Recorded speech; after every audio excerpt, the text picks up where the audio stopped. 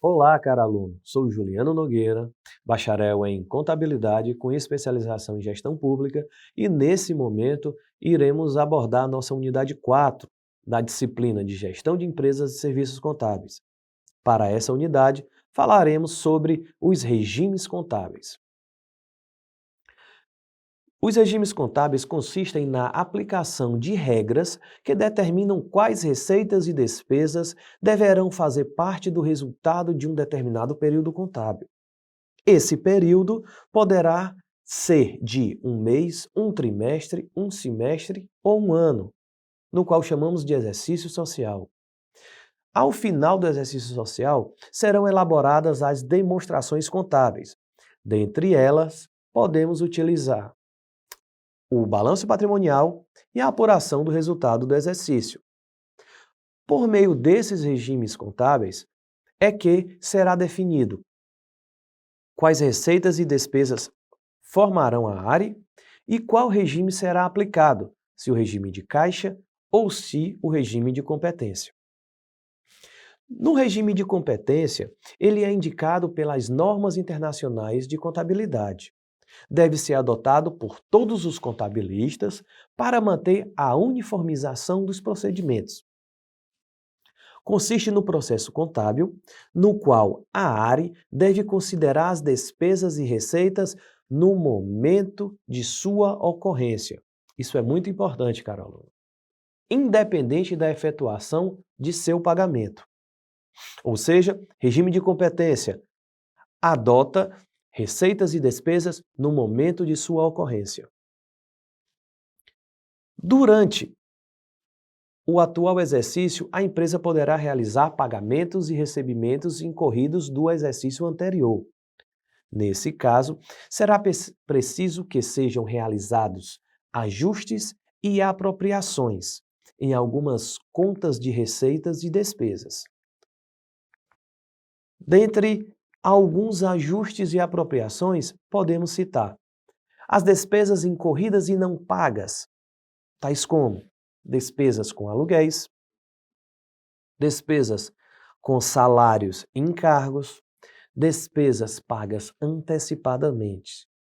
Já no que compete aos ajustes de contas recebidas, temos receitas realizadas e não recebidas, receitas recebidas antecipadamente.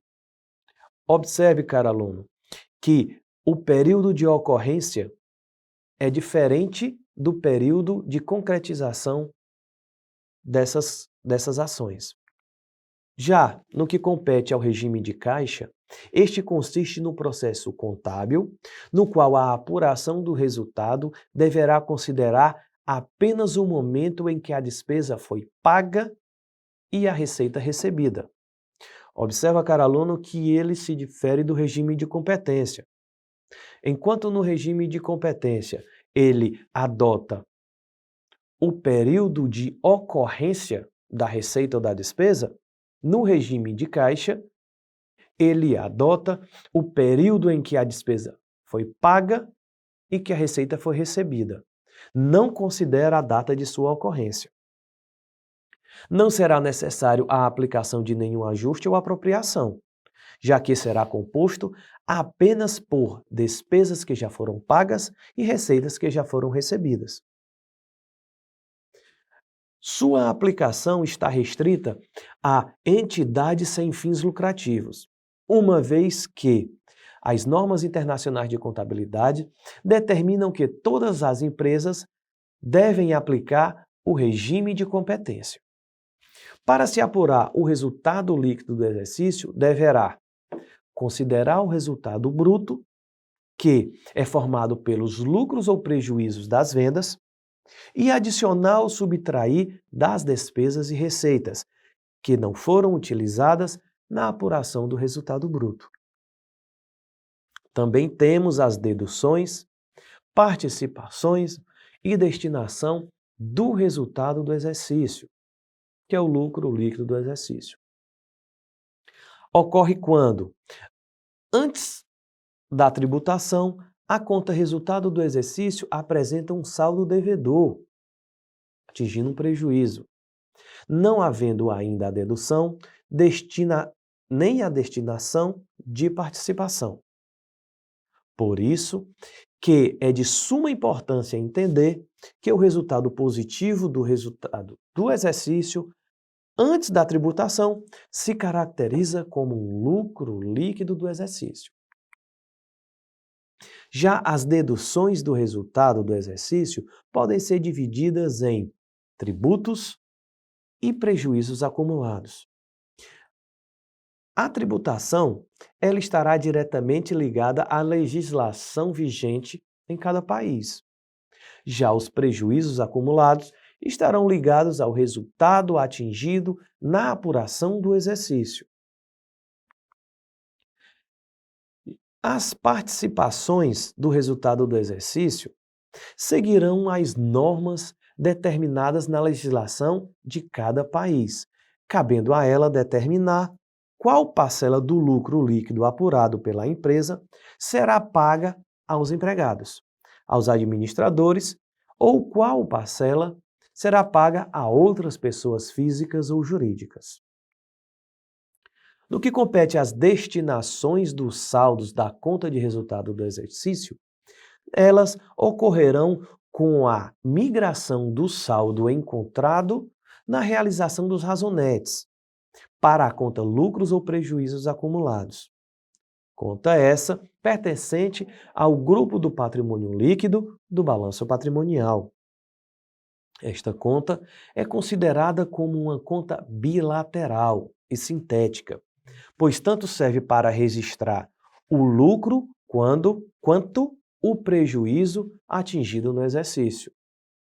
Ou seja, nessa conta de lucros ou prejuízos acumulados, quando positivo, ela é caracterizada como lucro. Quando é negativa, caracterizada como prejuízo, sempre na mesma conta. A destinação da parcela do lucro líquido auferido pela empresa durante o exercício, após ser reduzido os tributos, prejuízos acumulados e a participação, poderá ser utilizada para aumentar o capital da empresa, constituir suas reservas, distribuir para sócios ou ao titular, ou simplesmente permanecer no patrimônio líquido para futuras destinações. Caberá a cada empresa o que fazer com essa parcela do lucro líquido auferido, assim como ela poderá utilizar esse lucro auferido para alocá-lo em diversas contas citadas, como reservas e distribuição para sócios.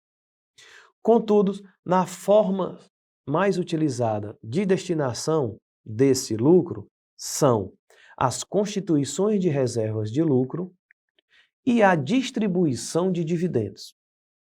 Na constituição de reserva de lucro, as parcelas podem ser destinadas a manter a integridade do capital social ou a outro fim que os sócios decidirão. Também, uma utilização bastante adotada pela empresa é a distribuição de dividendos, que consiste em partes do lucro líquido que serão destinados aos sócios ou acionistas, sendo pagos a título de remuneração da parcela do capital que foi investido pelos acionistas na empresa. Portanto, caro aluno, é importante saber que a adoção da constituição de reserva de lucros não impede a distribuição de dividendos. A empresa pode adotar uma parcela de seus lucros para dividendos e uma outra parcela para a formação de reservas de lucro, assim como adotar uma parcela para aumentar seu capital ou para permanecer no seu patrimônio líquido. Nesse momento, encerramos nossa unidade 4 com o seguinte pensamento: o saber é muito importante. Contudo, por maior que seja seu conhecimento, se faz necessário o seu compartilhamento, pois assim o conhecimento é multiplicado. Desejo a você, caro aluno, bons estudos.